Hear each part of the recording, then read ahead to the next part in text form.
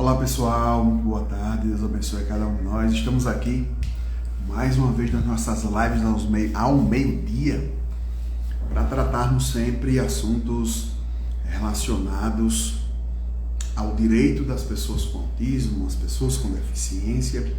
Em geral, falarmos um pouco sobre o direito que as pessoas têm.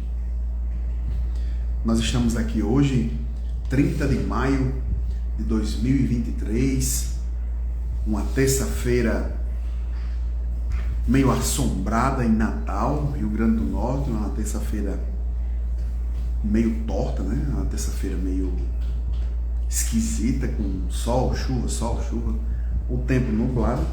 Mas cá estamos aqui para falar um pouco sobre direito, conversarmos sempre, como temos feito todos os dias ao meio-dia, aqui diretamente do escritório. Eu não vou mostrar a minha sócia não, que a minha sócia tá ali numa situação muito constrangedora, enchendo a barriga. Minha sócia gosta de comer, viu? Graças a Deus. Bem, vamos falar hoje, assim, de uma forma bem rápida, sobre a questão da judicialização dos processos que envolvem as terapias prescritas às pessoas com autismo. Às vezes, assim, passar muito tempo no ar-condicionado, meus olhos se irritam muito, mas vai dar certo. Vamos lá, queridos. Nós tivemos uma vitória semana passada, como eu venho aqui batendo sempre nessa tecla. O processo movido no CNJ pelo GEAP Saúde foi julgado improcedente, ou seja, aquele desejo do plano de saúde de impor os protocolos, os pareceres do NATJUS previamente a concessão das terapias, graças a Deus caiu por terra e o juiz pode e deve utilizar-se do seu livre convencimento para que possa sim decidir concedendo as terapias prescritas às pessoas com autismo e às pessoas que necessitam. Bem, dito isso, é importante salientar que as pessoas que carecem dessas terapias, carecem dessa intervenção, carecem desses medicamentos muitas vezes, falando também na questão de medicamentos, precisam estar robustecidos de provas, de elementos que possam promover o entendimento do juiz ou da juíza para que seja concedida a terapia, seja concedido o tratamento, seja concedido um medicamento. E às vezes eu recebo muitas dúvidas com relação a diversos pontos da judicialização. E um dos pontos que mais se fala é questão de valores, questão de efetividade. Eu participo de inúmeros grupos com pais atípicos e a pergunta principal é: qual é a chance de retorno, a chance de procedência desses pedidos judiciais e o custo disso? Inclusive ontem, já quase 10 horas da noite, um rapaz me perguntou a respeito de custos de ação de medicamento. E eu dei um exemplo, de ação de medicamentos, onde um cliente gastava em torno de 100, 200 reais por mês com a medicação. Se ele gastar, um exemplo, aqui eu não estou nem falando preço, viu? Mas, por exemplo, se ele contratar um advogado e pagar R$2.000, por exemplo, e ele gasta por ano 2.400, gasta 200 reais por mês, gasta 2.400 por ano. Ele gasta 2.000 reais com um advogado. Ele vai ter um lucro de 400 reais ainda, em um ano.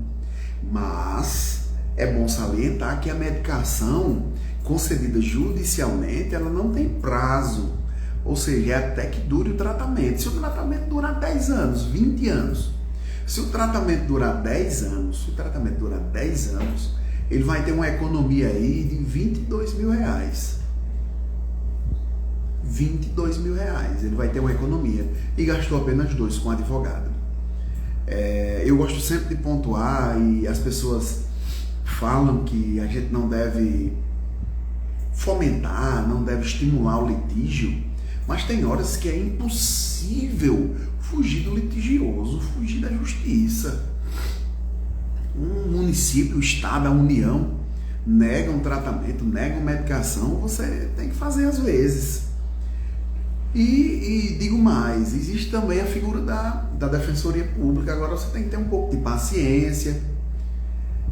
Por exemplo, na cidade de Parnamirim, os agendamentos para a Defensoria hoje já estão para o mês de outubro. Então você vai perder aí 4 meses. 4 meses para o agendamento. Depois do agendamento, vai ter assim, a elaboração do processo. Isso demora um tempo, não é da noite para o dia. Mas quem não pode pagar, quem não tem condições, deve se recorrer sim, porque um princípio do artigo 5º, inciso 35, é o princípio da inafastabilidade do Poder Judiciário, inafastabilidade da jurisdição, ou seja, todo mundo que quiser processar alguém, quiser acionar o judiciário, ele tem esse direito de entrar com o processo judicial e procurar os seus direitos. Ninguém pode ficar à mercê disso. O direito não socorre a quem dorme. É preciso levantar a bunda da cadeira e movimentar o judiciário, que é inerte, para que ele possa processar e verificar o direito que você tem. Portanto, nesse sentido, as ações que versam sobre as terapias, falando especificamente disso, nós precisamos de alguns elementos, como a negativa do plano de saúde ou a negativa do SUS. Precisamos também de um laudo médico muito bem elaborado, porque não adianta esses laudos médicos genéricos. Botou-se, tá bom. Não é assim. É preciso uma melhor qualidade desses documentos médicos e digo isso porque tenho visto laudos médicos muito bons, muito bem elaborados, muito bem escritos, mas lamentavelmente tem uns que deixam a desejar. Botam lá José da Silva, pessoa com tal condição, tal enfermidade. Para ele acha que é suficiente, mas nem é para o judiciário, nem é para as autarquias e por aí vai. Então um laudo médico bem feito, negativo do plano, como eu disse, negativo do SUS. É importante, se for contra plano de saúde, a carteira do plano, o comprovante de pagamento do plano, é um documento indispensável para mostrar que você está em dia com o plano de saúde. Além desses documentos, os relatórios dos terapeutas, caso tenha, são documentos que formulam muito melhor o entendimento do juiz. O juiz, ele está ali, juiz não entende nada de saúde. Nada de saúde. Eu tenho uma outra formação na área da enfermagem, então assim, eu tenho, de certa forma, eu já não atuo há pelo menos quase 10 anos, então assim, eu pelo menos tenho, redundante, né, falar pelo menos 2 vezes, mas eu tenho um pouco a falar sobre o quinhão da saúde, porque fui enfermeiro há algum tempo, alguns anos na verdade. Dentro desses anos eu adquiri um pouco mais de experiência do que a academia pode dar. Nesse cenário todo, a gente vai tendo assim os caminhos melhores para ajuizar essas demandas de saúde. Como eu disse, é imprescindível trazer esses documentos à presença do juiz, porque ele não entende nada de saúde, nada. Ele pode entender superficialmente, mas ele não entende os pormenores, os detalhes. Um juiz, ele não sabe fazer uma anamnese clínica. Eu sei fazer uma anamnese clínica, mas o juiz não sabe. Então, geralmente, quando eu faço as minhas petições de direito médico, direito da saúde, eu faço todo um traçado de uma anamnese. E a anamnese, ela funciona encefalocaudal, ou seja, da cabeça para os pés. Primeiro nós falamos do nível de orientação, consciência, por exemplo, paciente consciente, orientado, verborrágico, sem respostas, hipocorado, hipercorado, e por aí vai. Falam das extremidades, das perfusões, e às vezes até mesmo o profissional médico, ele só faz uma análise de perfusão, o que é errado, ele precisa fazer uma análise muito mais apurada da perfusão clínica. Mas são esses detalhes que nós precisamos fornecer ao juiz para que ele, inicialmente, em nível de cognição sumária, cognição sumária que nada mais é do que a primeira impressão que o juiz tem, assim, de plano do processo, do direito que está sendo pretendido. Então, que o juiz tenha, nesse início, condições de dar uma decisão que garanta o seu direito, que faça com que você tenha esse exercício do seu direito. Portanto, nas demandas de saúde, pelo amor de Cristo Jesus, nas demandas de saúde, traga o máximo que puder de elementos probantes, de provas, para que você consiga não ter tanta dificuldade de garantir o seu direito. O juiz indeferiu um pedido liminar meu. Mas a gente pode pedir reconsideração a qualquer momento do processo. O juiz pode conceder uma medida antecipatória, uma tutela de urgência ou de evidência. Um pedido liminar pode ser concedido em qualquer momento do processo. Se no começo o juiz não ficou convencido, você traz um outro elemento e apresenta a ele: olha, excelência, está aqui, ó. O primeiro laudo só tinha um CID, mas esse laudo aqui diz a patogenia completa, diz a condição completa. Então com base nesse novo laudo, compreendo que há assim razão, assiste razão ao autor, à autora, de pedir a medida antecipatória, e ele vai lá e concede. Um outro detalhe que nós precisamos mencionar aqui é que a gente não consegue acertar a precisão do juiz. Eu vou ajuizar essa demanda. A gente tem assim um pragmatismo muito superficial.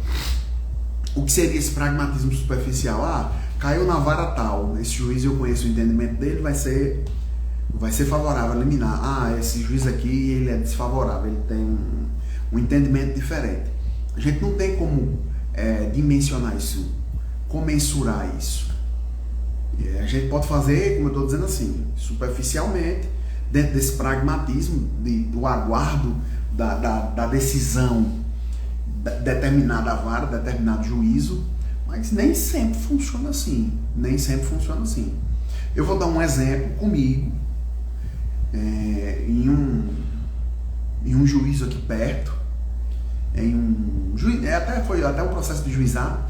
Eu pedi uma medida antecipatória para a medicação, o juiz foi lá e negou. Eu trouxe todos os elementos, bem bonitinho, o juiz foi lá e negou. Ok. Quando foi no para e passo do processo, eu percebi que o juiz fez o seguinte: ele já estava cansado de tantas petições, de tantas provas, de tantos elementos. Quando chegamos assim, por volta de uns 4, 5 meses que esse processo foi ajuizado, ele simplesmente concluiu para a sentença. Aí eu me assustei, eu disse: vai julgar improcedente. Como ele concluiu para a sentença, eu disse: ele vai julgar improcedente e eu vou perder o processo, vou perder essa demanda. Mas graças a Deus, o mesmo juiz que numa análise perfunctória, uma análise inicial, superficial, não pôde compreender o direito do autor, quando ele julgou o processo, ele condenou os entes, Estado e município, a fornecerem a medicação de forma contínua até final do tratamento. Foi ruim na decisão, sim, mas como eu disse, isso pode ser revertido ao longo do processo, como foi na sentença. Vamos lá. Tem uma pergunta aqui de Sama Franca.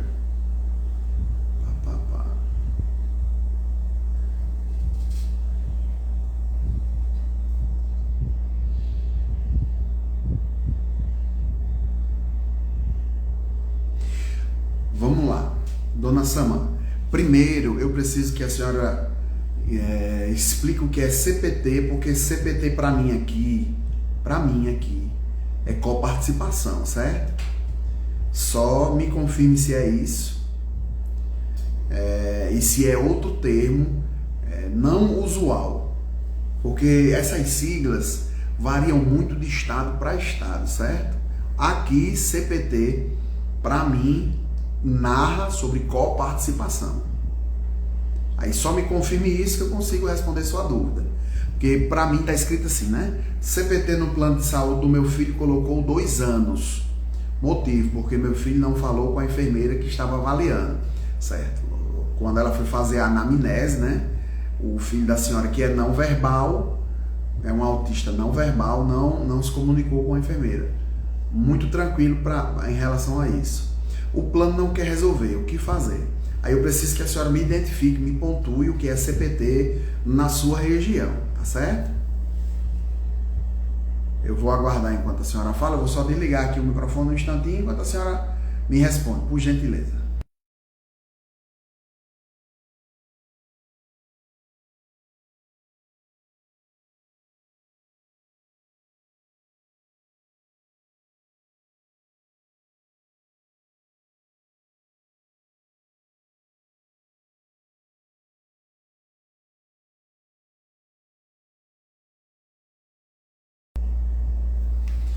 Sim, é a cobertura parcial temporária, né? Eu entendi. Mas veja, nem toda cobertura parcial temporária ou essa carência, como a senhora diz, não pode ser abarcada em todas as situações. Por exemplo, o questionamento de doença pré-existente, entre aspas, né? Porque autismo não é doença, autismo é condição, mas vamos usar esse termo, né? Doença pré-existente.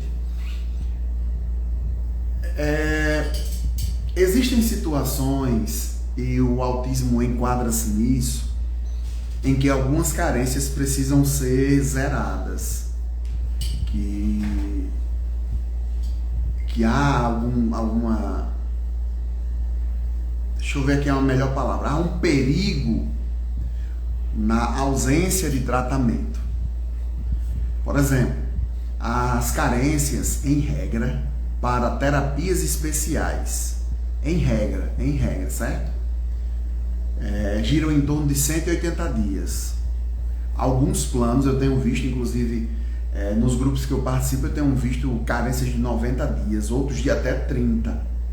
Mas em regra, se o filho da senhora é autista e essa carência, essa cobertura parcial está obstando, criando embaraço para o tratamento do seu filho, no meu entendimento, a senhora precisa ajuizar uma ação para que o plano dissolva essa cobertura parcial temporária,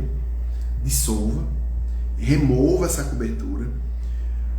Eu também preciso entender outro ponto. Se o filho da senhora, a senhora contratou o plano de forma voluntária ou se a senhora fez uma portabilidade de plano. Esse detalhe também é importante. Porque se é uma portabilidade, a senhora não pode ter cobrada carência alguma, exceto se a senhora combinou esta carência.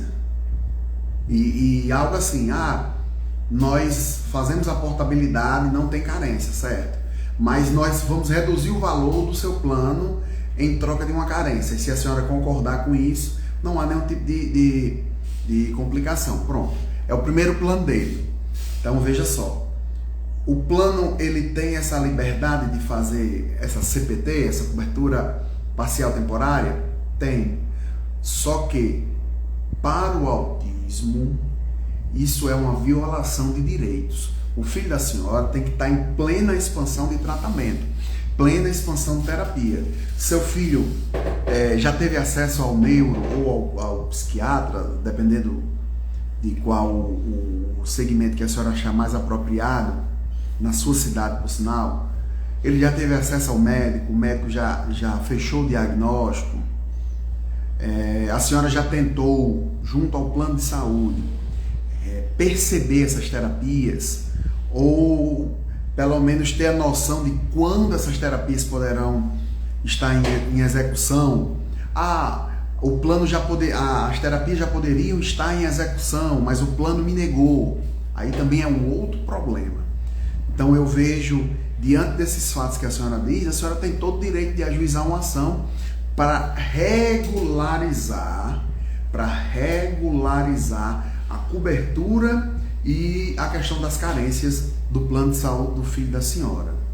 Não é nada de outro mundo, é uma ação que tramita normalmente. Geralmente alguns juízes dão decisões favoráveis logo no começo do processo, outros querem ouvir o plano de saúde primeiro para depois ter uma ideia de como vão decidir, mas de todo modo é uma ação que não é muito prolongada, é uma ação até rápida, porque não vai se discutir o tratamento, mas vai se discutir a possibilidade, o meio legal de exercer o direito ao tratamento.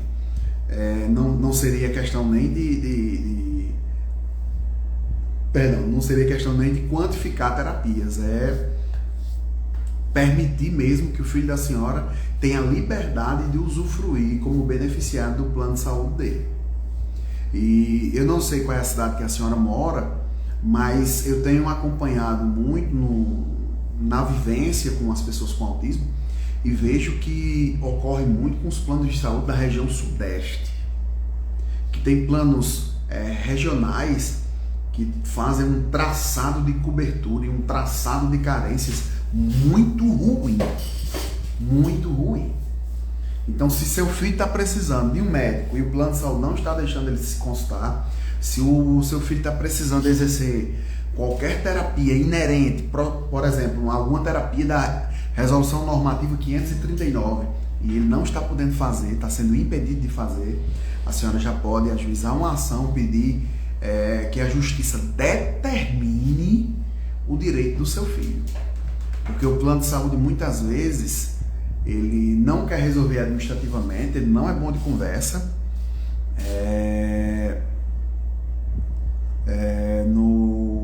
Nesses casos, o judiciário tem que se impor fazendo valer o poder do Estado juiz. Sim, a senhora é do Rio de Janeiro, realmente, assim, é uma grande cidade e me espanta ainda. Também não sei qual é o plano de saúde do filho da senhora, mas em regra isso tem ocorrido muito com aqueles planos de saúde regionais, FIAME,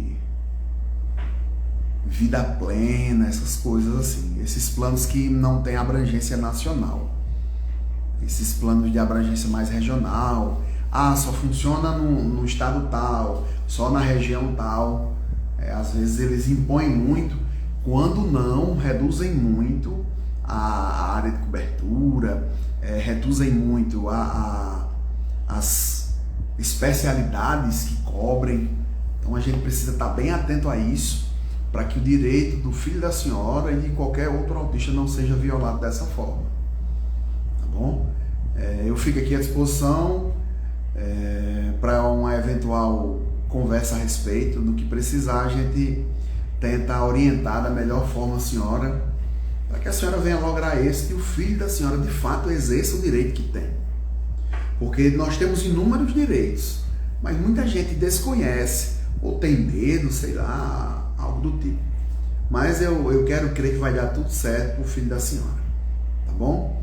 Então, pessoal, finalizando aqui essa nossa live, finalizando aqui esse momento, e eu sempre deixo salvo a live, também estou subindo para o YouTube. Que Deus nos abençoe, nos ajude e... Dona Sama, deixa eu dizer um negócio à senhora. Minha esposa, que é uma pessoa que tem uma visão muito, muito ampla, ela tá até aqui, ó. Olha pra cá, minha esposa. Ela tem uma visão muito ampla. O que acontece? Ela diz, e eu cheguei, já fiz alguns testes e tô esperando conseguir ir um pouco mais além para verificar se de fato eu vou receber um diagnóstico de TEA. Ela disse que eu tenho traços, que eu já dei sinais mais que suficientes que eu sou autista, mas vou aguardar um parecer médico. Talvez seja por isso que a senhora está mencionando isso, que um olhar de mãe atípica é porque, de fato, a gente eu tenho convivido com isso há algum tempo e tenho me aproximado muito das pessoas. Não sei se a senhora está em um dos grupos que eu participo. Nesses grupos, geralmente, eu às vezes, muito tarde da noite, respondo às pessoas e nunca fiz nenhum tipo de exigência a respeito disso, né?